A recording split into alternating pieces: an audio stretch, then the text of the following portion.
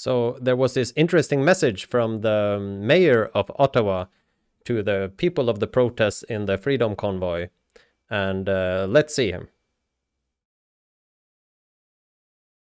Tomorrow, and my message again is clear. You've been here, you've made your point, you've protested, you've disrupted a lot of communities, the Byward Market, Centertown, and so on in our city. It's time for you to go back to your home, because we have to start rebuilding our economy, because COVID-19 has been devastating to a lot of small businesses.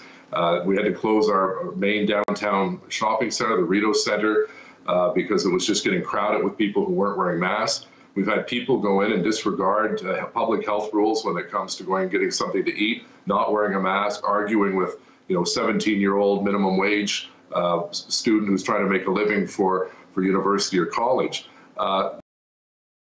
These kinds of behavior by some people are completely unacceptable. And how would you like this kind of behavior in your hometown? So, again, they have the right to protest.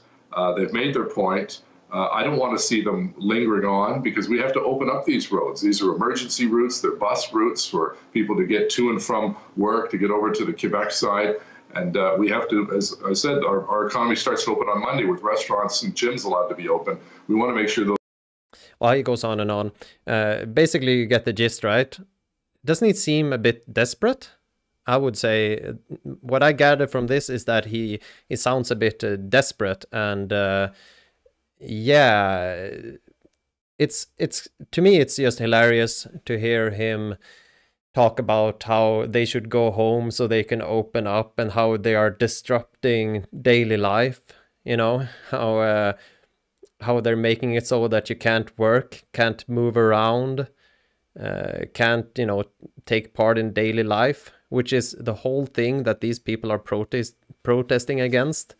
That him and the rest of the government have limited these people from doing all these things that he wants them to leave, so that he and the people around him can do, right?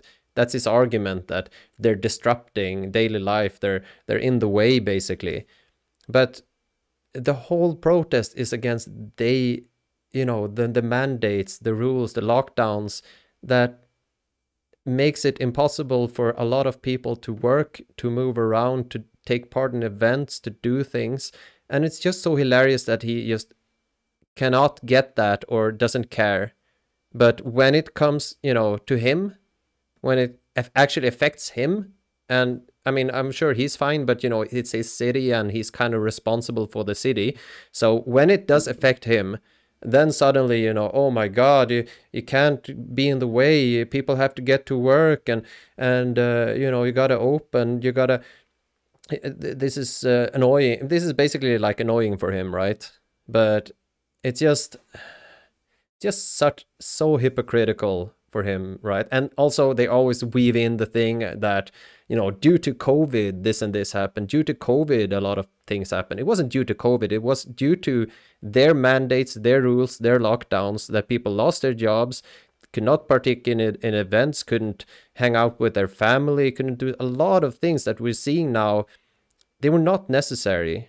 You see all these reports and studies about how lockdowns and all these measures did not stop a spread of the virus. The most locked down places were not better off than the places not locked down. And they caused a lot of other negative events, right? So, I don't know. It's just hilarious to me that these are the arguments that he's concerned about suddenly, about movement and work and all these things.